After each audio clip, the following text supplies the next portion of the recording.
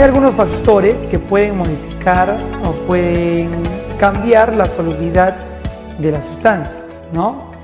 Dependiendo cuál sea la sustancia y cuál sea el factor, puede modificarse esto, ¿sí? Por ejemplo, para los sólidos, la solubilidad por lo general aumenta con la temperatura, por lo general, ¿no? Entonces, para solutos sólidos, ¿ya? Para solutos sólidos, ¿ya? Vas a decir así: a mayor temperatura,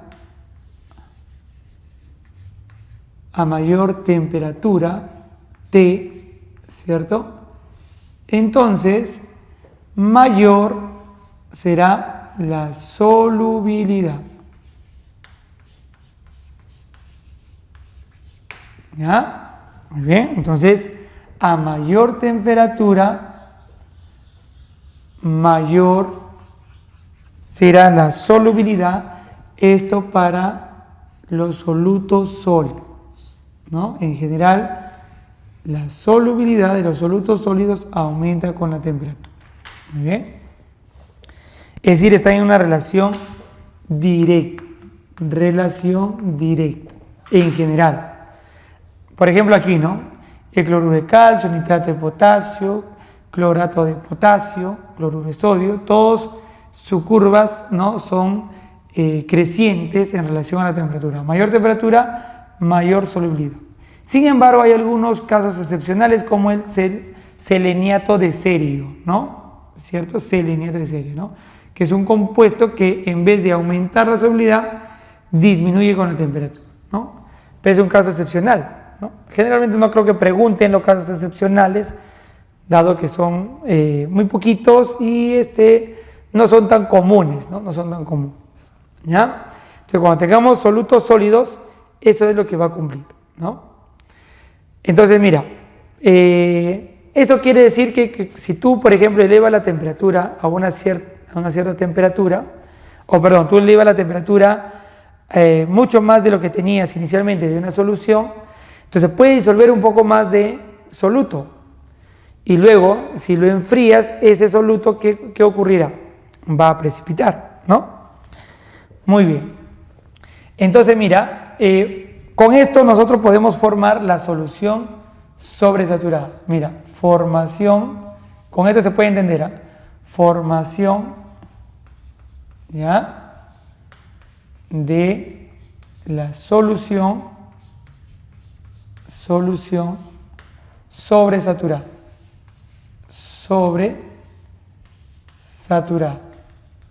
¿Ya? Muy bien. Más o menos hasta por aquí. A ver, decimos así. Primero,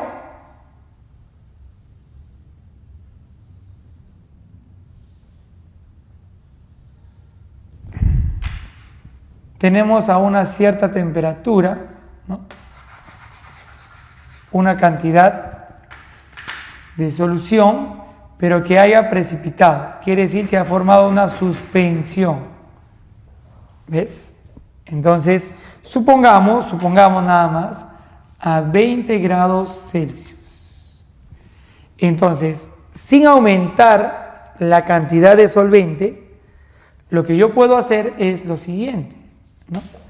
Puedo elevar la temperatura, ¿no? Si yo elevo la temperatura, por ejemplo, a, qué sé yo, a 50 grados Celsius, puede ser, ¿no? ¿Estamos de acuerdo? Esto aquí es una suspensión, así se denomina, suspensión, ¿no? Entonces, puede ser que todo ya se pueda disolver, ¿te das cuenta? Todo se puede disolver. Entonces, quiere decir que todo lo que estaba al fondo, precipitado, se ha disuelto. Entonces, no sé si es una solución saturada, pero lo que sí sé que es una solución concentrada. Muy bien, porque es a otra temperatura. Luego, ¿qué más vamos a hacer? Luego de eso vamos a enfriar, ¿sí? Lo enfriamos. vamos a enfriar, ¿ya? Vamos a enfriar, pero lentamente. De tal modo que lleguemos nuevamente a la temperatura de 20 grados Celsius. ¿Sí? Entonces, cuando lo haces lentamente, ¿sí? Todo el soluto que estaba disuelto ya no va a regresar, sino va a quedar ahí. Entonces, en ese momento, tú le dices que es sobresaturado. ¿Por qué? Porque a 20 grados Celsius tú podías aceptar una cierta cantidad como máximo. Y por eso el resto se precipita. Pero vamos a hacer un pequeño artificio, ¿no? Un engaño. Elevamos la temperatura, calentamos, ¿sí? Calentamos aquí y luego enfriamos, ¿no?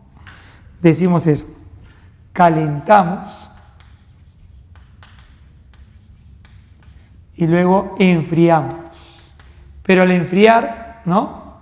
Hay que enfriarlo lentamente. Una vez hecho eso, entonces se genera una solución inestable. Que cualquier granito, cualquier partícula que ingrese, ¿no? O toque al líquido, a la solución, hará que esto precipite. Quiere decir que la solución sobresaturada es inestable, ¿ya? No se va a mantener así por mucho tiempo. Pero puede estarlo, sí puede estar, ¿no? Pero es algo como que engañando a la solución, ¿no? Engañando a la solución. A 50 grados Celsius, bueno, no sé si es saturada, pero lo que sí sé es que es concentrada, porque ha disuelto casi todo, ¿no? Todo lo que estaba aquí. Y luego enfriamos lentamente. Ahí recién se forma la solución sobresaturada. Eso es cuando son sólidos, ¿te das cuenta? ¿Ya? Entonces hay que tener en cuenta esa situación para los solutos sólidos. En general, a mayor temperatura, mayor solubilidad. ¿Ya? Observación 2. Para solutos gaseosos. Para solutos gaseosos. Muy bien. Bueno, hay diversos solutos, ¿no? Gaseosos, como por ejemplo en las bebidas gasificadas está el dióxido de carbono, ¿no? En el agua de mar, de los ríos, está el oxígeno gaseoso, que están disueltos y de por sí ya su solubilidad es pequeña, porque si nosotros analizamos al dióxido de carbono o al oxígeno, por ejemplo, estas son moléculas apolares, en cambio el agua es una molécula polar, entonces no hay tanta afinidad, ¿no? Sin embargo, recordemos que en las interacciones entre moléculas no solo hay fuerzas dipolo-dipolo, sino que también surgen las fuerzas de London, ¿cierto? Entonces, como hay fuerza de London, siempre va a haber interacción. Entonces, los solutos pueden ser de otras características también, ¿no? Puede ser polar, apolar, ¿no? O apolar, polar, ¿no? O sea, no necesariamente tiene que ser polar, polar o apolar con apolar, ¿no? Hay algunos casos en donde sí puede darse, debido a las interacciones de dispersión de London, ¿ya? Pero generalmente son para moléculas pequeñas. Cuando son moléculas muy inmensas, y eso ya no cumple. Moléculas pequeñas como el oxígeno, por ejemplo, o el dióxido de carbono, ¿no? Muy bien, entonces, para ese tipo de solutos gaseosos, ya cuando elevamos la temperatura no cumple lo mismo que los sólidos. Y veamos aquí por qué. Supongamos que esto de aquí es una solución que tiene soluto gaseoso, lo de morado es soluto gaseoso, ¿no? Ya algunas partículas han salido a la parte externa, como puedes ver, ahí está, mira, que se vean pocos nada más. Entonces, estas moléculas están a una cierta temperatura así. Voy a elevar la temperatura yo, o al revés, ¿no? Vamos a elevar la temperatura. Quiere decir que la temperatura 2 es mayor a la temperatura 1, ¿no? Vamos a elevar la temperatura. Si tú elevas la temperatura, ¿qué ocurre con las unidades estructurales del gas aquí? Se mueven con mucha mayor rapidez, ¿cierto? Y al moverse con mucha mayor rapidez, muchas escaparán, ¿sí o no? Muchas de ellas irán escapando. ¿Te das cuenta, no? Entonces quiere decir que va a haber cada vez menos moléculas en el estado líquido, porque van a pasar al estado donde no hay esa interacción, ¿no? Más libres. ¿Te das cuenta? Entonces la solubilidad, más bien de los gases, cuando elevamos la temperatura va a disminuir, ¿no? Entonces, para gases, para solutos gaseosos, siempre cumple lo siguiente, ¿no? Siempre cumple,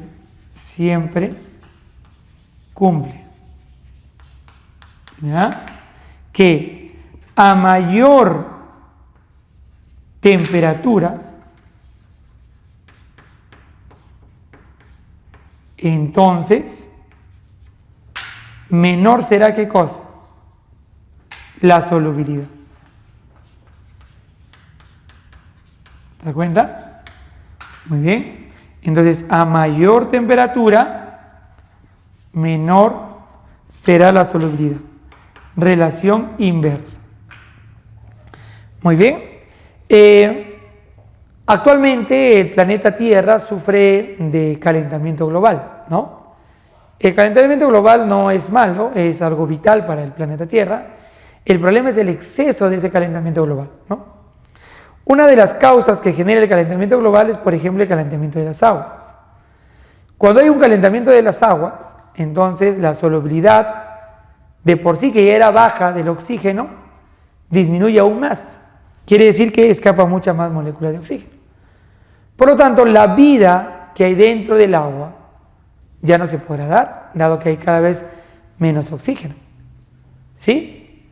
Entonces, aquellos, por ejemplo, relaves mineros que emanan grandes temperaturas, ¿no? Por ejemplo, en la cocción de muchos minerales, ¿no? ¿Sí? En la fundición, por ejemplo, muchas veces los botan a los ríos, ¿no? Y esta temperatura hace elevar, ¿no? Este exceso de temperatura hace elevar la temperatura de las aguas, ¿no? De los ríos amazónicos, por ejemplo, ¿no? Entonces, eso hace que la cantidad de oxígeno disminuya. Entonces, la vida que hay dentro de ese ecosistema disminuye, ¿no? Entonces, ahí está la explicación, ¿no? A mayor temperatura, menor solubilidad para los gases. Por ejemplo, el oxígeno, ¿ya? Entonces, hay que cuidar también esa parte del ecosistema, no tirando cosas, no lanzando cosas, produciendo cosas que eleven la temperatura de las aguas. Muy bien. Sin embargo, para los gases también influye mucho la presión, ¿no? Por ejemplo, la presión, ¿cómo genera? Mira, aquí, por ejemplo, hay una cierta presión, ¿no? Vamos a llamarle presión 1, por ejemplo, o presión 2, si quieres.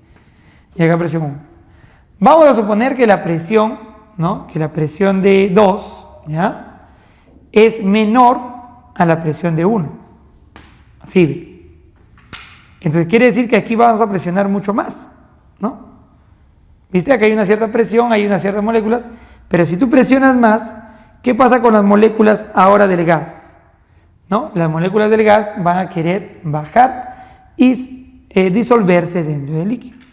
Si tú presionas, menos espacio, entonces va a haber mayor interacción cada vez con el líquido, de tal modo que por su tensión superficial los atrapa y los disuelve, ¿no? Entonces, en caso de la presión, podemos decir lo siguiente. A mayor presión,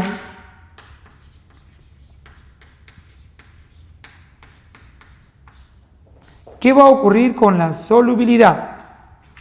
Va a aumentar, ¿ya? Aumenta la solubilidad. Solubilidad. ¿Ya? O sea, están en una relación directa, ¿no? A mayor presión, mayor relación.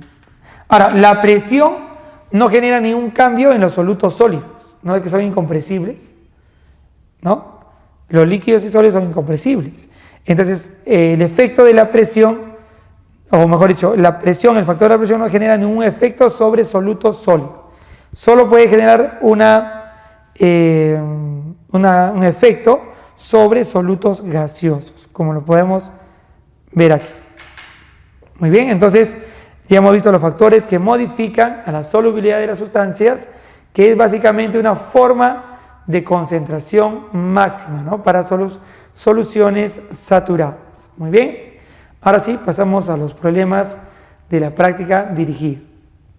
Ahora vamos a ver la fracción molar, ¿no? ¿Qué es la fracción molar? Es una relación básicamente entre las cantidades de las moles del soluto en relación a la solución. Recordemos que estamos viendo la concentración de un soluto en una solución. La concentración es la relación que hay entre la cantidad de soluto y la cantidad de la solución, ¿no? Entonces, cuando hablamos de la relación de moles, vamos a hablar de la fracción molar. Fracción molar, ¿no? Que lo podemos representar con la letra F o, en todo caso, con la letra X, ¿no? Generalmente, en lo que es soluciones, se representa con la letra X, ¿no? Muy bien. Entonces, decimos que es la relación entre las moles del soluto y solución, ¿no? Y la solución. Entonces, si nosotros queremos expresarlo en una ecuación, será la fracción molar de un componente, en este caso un soluto, ¿cierto? Será las moles de esa sustancia entre las moles de la solución, ¿sí? Ahora, ese I puede ser el soluto, un soluto, ¿no? Pero recordemos que en una solución puede haber varios solutos, por eso le ponemos la letra I, ¿no? Relación del soluto entre la relación del total o la solución, ¿ya? Muy bien, entonces esta pequeña ecuación, ¿sí?, nos va a servir para relacionar la cantidad de moles que hay de ciertas sustancias en una solución, en este caso soluto y solvente, ¿no? Un ejemplo aplicativo directo es que tenemos una solución donde tenemos 2 moles de ácido clorhídrico o de cloruro de hidrógeno y 18 moles de agua, ¿no? Entonces, al querer calcular la fracción molar, fácilmente podemos decir lo siguiente, ¿no? Entonces, la fracción molar de I, en este caso I va a ser nuestro soluto, ¿ya? Va a ser igual a ¿quién? A las moles justamente del soluto entre las moles de la solución. ¿Cómo calculas el número de moles de la solución? Simplemente sumando, ¿no? 2 moles, 18 moles, serán 20 moles, ¿no? Recordemos que las moles nos indican la cantidad de unidades estructurales, ¿no? Moléculas de agua, moléculas de cloruro de hidrógeno, ¿ya? Entonces, la fracción molar del soluto, ¿cuánto vendría a ser? Moles del soluto sería 2 y moles de la solución sería 20, ¿no? ¿Cuánto vendría a ser esto? A ver, 0,1, ¿no? Adimensional, porque es una relación entre mismas cantidades o mismas unidades, mol, mol, ¿no? 0,1. Esa es la fracción molar del soluto. Y si tú quisieras determinar la fracción molar del solvente, en este caso del agua, ¿cómo sería? Vamos a ver por aquí rápidamente, o aquí mismo, la fracción molar del solvente serían las moles del solvente, que en este caso vendría a ser solvente, sobre las moles de la solución. ¿Cuánto vendría a ser eso? Sería 18 del solvente sobre ¿cuánto? Sobre 20, ¿no? Muy bien. Entonces, al dividir, ¿cuánto nos sale ahí? 0,9. Muy bien. Entonces, tenemos dos resultados, miren. Tenemos 0,1 para el soluto y 0,9 para el solvente. Si tú sumas 0,1 más 0,9, ¿cuánto sale? 1. Efectivamente, como es la relación de algo sobre el total, entonces lo otro, lo restante, será lo que sobra sobre el total, ¿no? Entonces, ambos suman la unidad, o sea, el total, ¿no? Entonces, en general, podemos decir lo siguiente. Decimos en general, ¿ya?, que la fracción molar del soluto más la fracción molar del solvente nos va a dar la unidad, ¿sí? Eso de manera general, ¿no? Para cualquier solución, ¿no?, donde haya soluto y solvente, va a cumplir esta pequeña relación, ¿no? Dado que ambas moles, la cantidad de moles de ambos suman el total, entonces la suma de sus relaciones tiene que darme la unidad, o sea, el total, y el total es la unidad, una solución, ¿no? Entonces aquí tenemos lo que es la fracción molar. Vamos a ver ahora el proceso de la dilución, ¿no? ¿Qué es el proceso de la dilución? Bueno, este proceso se conoce más como diluir. Seguramente lo has hecho en casa, ¿no? Por ejemplo, cuando tienes o te has preparado una limonada y le has echado mucha azúcar, entonces normalmente lo que hacemos es echar un poco más de agua. El agua es el solvente, ¿no? O cuando preparas una taza de café, ¿no? Con café, entonces a veces le echas mucho café, es, por decir así, muy puro, ¿no? La mezcla. Entonces queremos bajar esa cantidad de concentración del café, por lo tanto le echamos un poquito más de agua, solvente. Entonces, ¿por qué? Porque queremos disminuir la cantidad dispersa, ¿no? En relación a la cantidad total, ¿no? Para eso echamos un poco más de solvente. Muy bien. Ese es el proceso de dilución, ¿no? Querer bajar la concentración, ¿sí? Entonces, el proceso de dilución, decimos, consiste en disminuir la concentración. ¿Estamos de acuerdo? La concentración de una solución. ¿Estamos de acuerdo? Pero, ¿cómo vamos a disminuir la concentración de una solución? Definitivamente no podemos sacar soluto, sería muy complicado. Entonces lo que se hace es aumentar solvente, ¿no? Decimos aumentando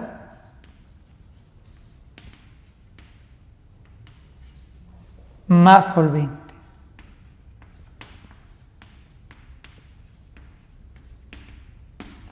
Es decir, para generar una solución de menor concentración, lo que se hace químicamente es aumentar un poco más del solvente. ¿Estamos de acuerdo?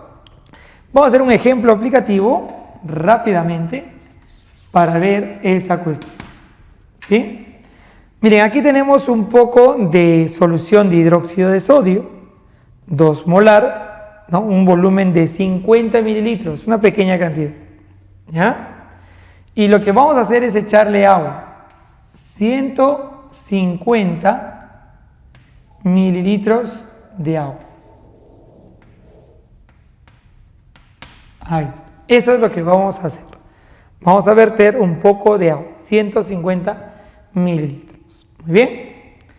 Definitivamente, si esto fuese limonada y tú le echas un poco de agua, sigue llamándose limonada. Porque recuerden que la solución toma el nombre del soluto por más o menos cantidad que haya, ¿no? Entonces esto, al mezclar con el agua, no adicionar agua, va a seguir llamándose hidróxido de sodio acuoso, ¿no? Ahora, la concentración de esto es lo que no conozco, mx, ¿sí? El volumen sí, ¿no? Porque miren, si tú tenías 50 mililitros y tú les estás echando 150, entonces al final vas a tener mucho más volumen. ¿Cierto? ¿Qué volumen vas a tener? 200 mililitros. ¿Se cuenta? Muy bien, entonces, si a esto le llamamos solución 1 y a este le llamamos solución 2, debe haber alguna relación entre ellos, ¿cierto o no? ¿No? Este proceso de aumentar agua se llama dilución, ¿no? Entonces, en la solución 1 y en la solución 2 debe haber alguna relación, de tal modo que nos sirva para poder determinar la concentración al final. Lo que sí podemos deducir rápidamente que esa concentración seguramente va a ser menos de 2 molar. Claro, porque va a haber más solvente, ¿no? A ver, vamos a hacer ello. ¿Qué podemos hacer para determinar esta situación? Si tú te percatas de la solución 1 y de la solución 2, lo que no ha cambiado es la cantidad de hidróxido de sodio. ¿Por qué? Porque lo que tú estás aumentando es agua y no estás aumentando hidróxido de sodio. ¿Qué quiere decir ello? Que, por ejemplo, si aquí tú tenías 2 gramos de hidróxido de sodio, Al final también vas a tener 2 gramos, porque lo que tú estás aumentando es agua. Entonces, la cantidad del hidróxido de sodio permanece constante. Quiere decir que las unidades estructurales que hay aquí de hidróxido de sodio es igual a la cantidad de unidades estructurales de hidróxido de sodio que hay al final, ¿no? Dado que no ha cambiado. Entonces, con ello podemos decir lo siguiente. Podemos decir, ¿no?, que el número de moles, ¿no?, del soluto, que en este caso es NaOH, en 1, ¿cómo es con el número de moles del soluto en 2? Iguales, porque no cambia la cantidad de soluto, lo que aumenta es el solvente. Muy bien, recordando un poquito, la molaridad se determina como el número de moles entre el volumen, ¿cierto? No hay que olvidar eso. Recordar, ¿no?